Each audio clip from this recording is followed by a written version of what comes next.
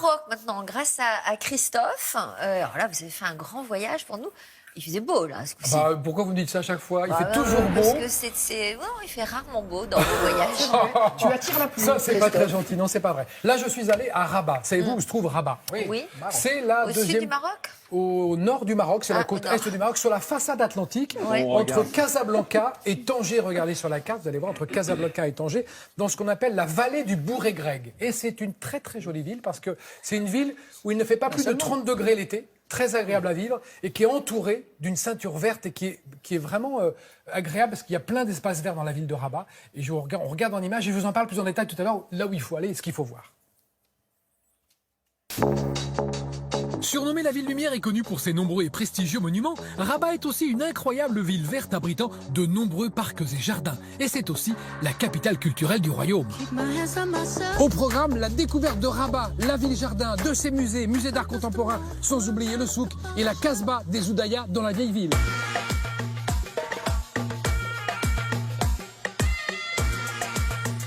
Et pour bien comprendre la géographie de la ville, j'ai rendez-vous avec Ismaël. Bonjour Ismaël. Bonjour. Bien Très bien, et toi? C'est très joli, hein. Qu'est-ce qu'on voit là? Là, on est à la vallée du Bourg-et-Greg. Ouais, c'est le fleuve.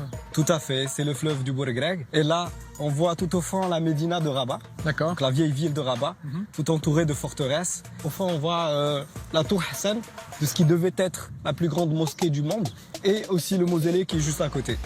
Et là maintenant, tu m'emmènes où, Ismaël? À la rue des Consuls, Ouais. donc l'une des plus célèbres rues de l'ancienne Médina. Et qui est de de l'autre Rabat. côté. Exactement. Eh ben, on y va. On y va. Parfait. Située à 2 pas de la Casbah des Oudaya, la rue des Consuls est la rue commerçante la plus prisée des Rabatis. Elle abrite le souk couvert de Rabat et un nombre incalculable d'échoppes multicolores.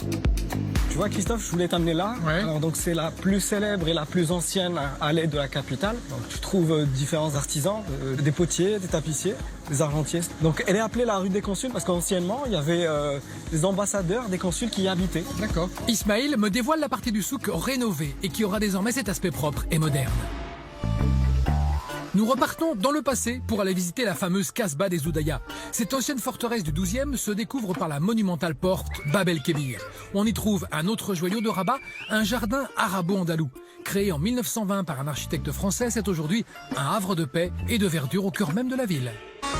J'emprunterai le tramway pour filer ensuite à mon prochain rendez-vous. La magnifique esplanade de la Tour Hassan à l'embouchure du Bourg-et-Greb est un lieu symbolique pour tous les Marocains.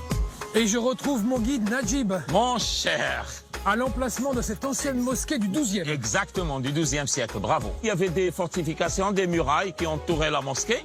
C'est une place qui est très importante. On est à côté du mausolée Mohamed V. Le mausolée, c'est un patrimoine national. C'est quelque chose qui est très cher pour les Marocains. Et vous avez aussi des artefacts de la cité romaine de Walili. Ça n'existait pas ici. On a décidé de décorer le parvis. Ça donne un charme exceptionnel à ce terrain. Regardez comment on est fasciné. Non, Tu te calmes, Najib. Ok, très bien. Mais on va continuer la visite ensemble. Ok, c'est beau, c'est beau.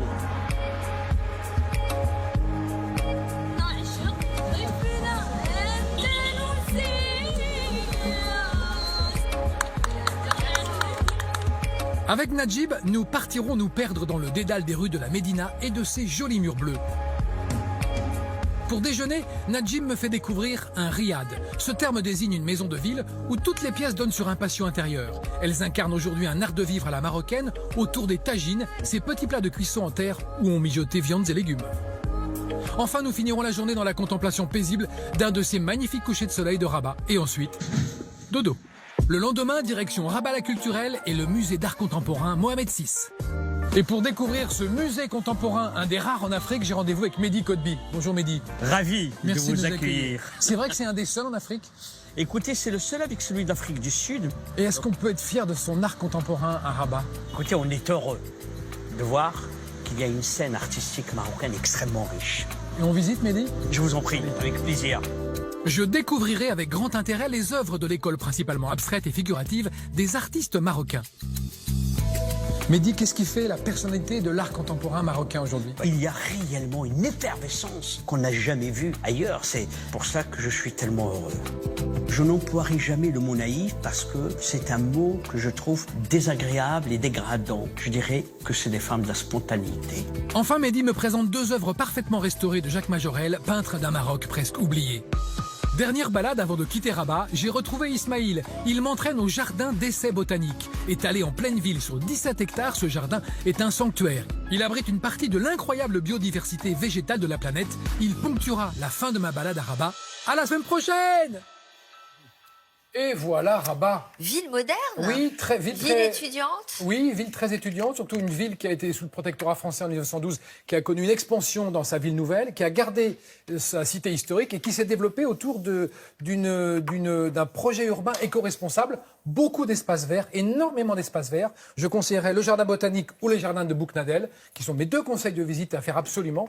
Et puis surtout, c'est une ville qui n'a pas de gratte-ciel. Donc on a l'impression que c'est 1 million d'habitants, on est dans une ville-village. C'est très agréable à vivre Rabat. Et vous avez remarqué qu'il y a le tramway, il y a le TGV qui va de Casablanca à Rabat. Et il n'y a pas de plage. Et il y a une plage, c'est du côté de la Casbah des Oudaya, avec tout ce qu'il faut, des ambiances lounge. Et vous comme dites que c'est aimez. soit du sable noir, soit des falaises. Oui, sable noir falaise. Quand on va de l'autre côté, en allant vers Tanger, mais sur la rive Casbah des Oudaya, on trouve des plages comme vous adorez. Je ne connais pas Rabat.